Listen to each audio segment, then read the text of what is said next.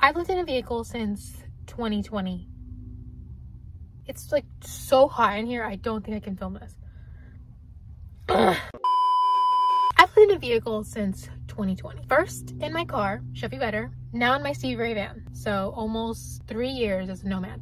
Wow. And aside from when I've met other vehicle dwellers, I haven't really made that many friends. I feel like I can't connect with people anymore. And I think that that's due to a few different things, but the main reason being that for 3 years, I have been living on the fringes of society. As in, I have not been a part of society for 3 years. And don't get me wrong, I have had the time of my life not being a part of society. I've had so much fun, but I've realized that now I find it difficult to connect with regular people. When I'm in nomad land, as I am right now, it's easy to meet and connect with other people because everybody else also lives like me. Everybody gets it. Now, when I leave and I go to a real city, a real town, like Tucson, I feel like an outsider. I feel like I don't belong there. I feel like an invisible person who exists in the shadows. Probably has something to do with being stealth all the time. Anyway, I'm not a part of the community. I go to the grocery store and I do my grocery shopping, and after I'm done, I don't go home to my apartment or my house, say hi to my neighbors. I'm probably gonna sleep right there in the parking lot. Shout out to you, Walmart. And then of course there is the stigma of living in a vehicle. I think people find it interesting, especially when you live in a van. People are very interested in van life right now. But in my experience, they don't look at you as someone to start a relationship with, whether that be platonic or romantic, because people know that nomads are nomadic. And they're not wrong. I mean, I do move around all the time. I'm never in one place. Which is another problem. I'm doing this because it genuinely, truly makes me happy. Not because I have to. But I remember this post I wrote on my Patreon before I deleted it, RIP to that, about desperately craving community. Not a temporary nomadic community, although I do love these. I would like, for once in my life, to be able to call a place home. To be familiar with the streets, the people, the buildings, the people who work in the buildings. I like to make friends, find reliable people I can trust, find a partner, start a family. My parents were in the military, so I never stayed in one place. I moved around all the time, starting from birth. So I don't have a hometown. There's no city on earth that I can go to and feel familiar with. There's nowhere that I can go and see familiar people. There's nowhere I can go and I would be familiar to other people. There's this quote, "I've never known permanence, and yet I long for it." That pretty much sums it up. I sincerely want to do this for a long, long time. I feel so happy and so free on the road. But am I sacrificing the chance to finally build my own community? Am I going to completely lose the ability to connect with regular people? Am I ever going to be a regular person? Do I want to be?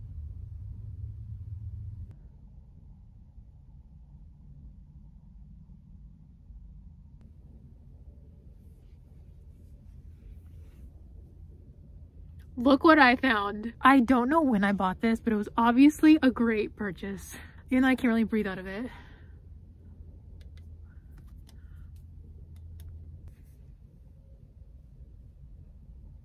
I'm a totally normal person.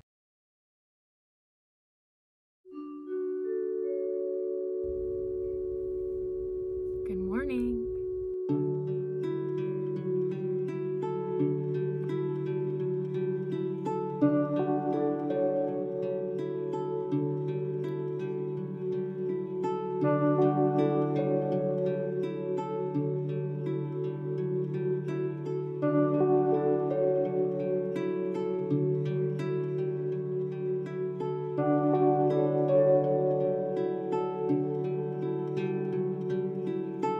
I am worthy. I am loved. I don't stink. It's totally normal to shower once a week. And it's definitely okay to accidentally pee on your hand because you miss the cup once in a while. Everything is going to be okay.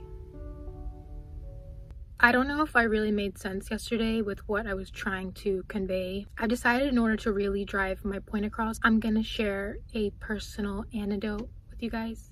Antidote? Anecdote. Anecdotal. Antidote is, okay, whatever. Whatever. I'm gonna share something with you that I never share. I never talk about my love life. So after having that conversation with you guys, aka myself, I couldn't stop thinking about the time that I was dating someone while living in my car in a rest area in Portland. I never talked about this because I just don't talk about this kind of stuff, but also because it just didn't really go that well. So I'm just gonna open up to you about this. Come close. Setting: Portland, Oregon, 2021, late summer. The best time to be in the PNW. I'm living in my car, Chevy Vetter, full time. I decide to download Tinder because I'm bored. And I put on my profile, car camping across America, so people know what they're getting into before starting to talk to me. I don't want there to be any confusion or anything. So I just put it right up front. I'm living in my car. I went on a few dates and it was pretty normal. Sometimes people would suggest I sleep in front of their house because it's chill. Some straight up assumed that because I was living in my car, I was just going to stay with them, like in their house. They thought that because I lived in my car, I was just gonna take any bed that I could get. Even though I made it clear that I was living in my car by choice. I would always get the question, so where are you sleeping at tonight? Like in my car, on the street where I sleep every night? Where else? Anyway, one guy was particularly chill and normal and not weird at all. So we went on a date, and then we had a second date, and then we had a third date. We were dating and things were going well. I started to go over to his place. I started to sleep over at his place. And then I think that's where things started to shift. Sometimes we would wake up in the morning and I felt like he had to get rid of me. Like he assumed since I was living in my car that I was just gonna stay at his place all day, which I definitely would not have done. And the main really awkward thing was that even though we had been dating for a while, he didn't trust me in his apartment alone, even just for a few hours. One time he straight up said to me, "What if I come back and all my shit is gone?"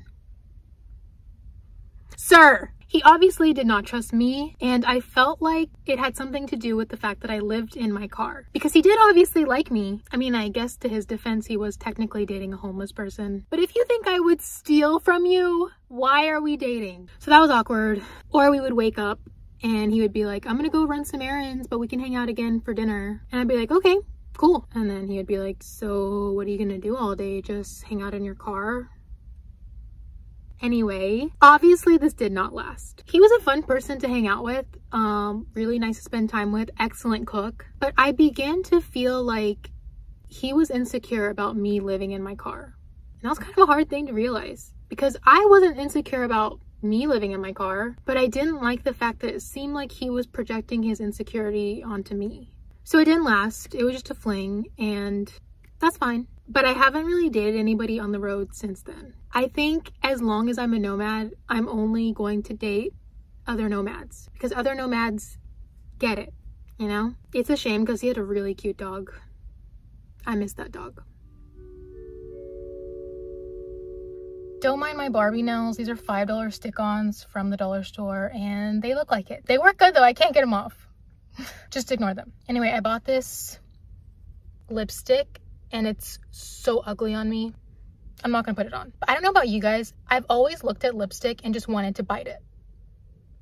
I don't know if that's a disorder or something, but I really want to chew this or smash it with my hands. Since I'm out in the desert and I don't have a sink, I'm not gonna do that. Instead, I'm going to just crush it on camera. So not only can I be satisfied, but I can satisfy all of you too. I brought this plastic scalpula for this scientific experiment. Well, first let's write. I'm gonna write you guys a special message.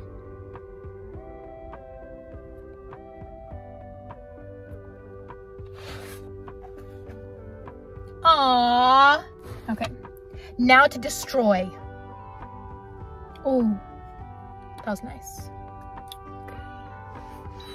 Oh, oopsie. Oh.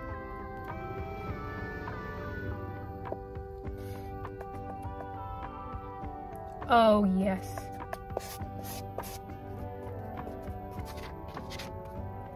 I want to put my fingers in it so bad. Look at that.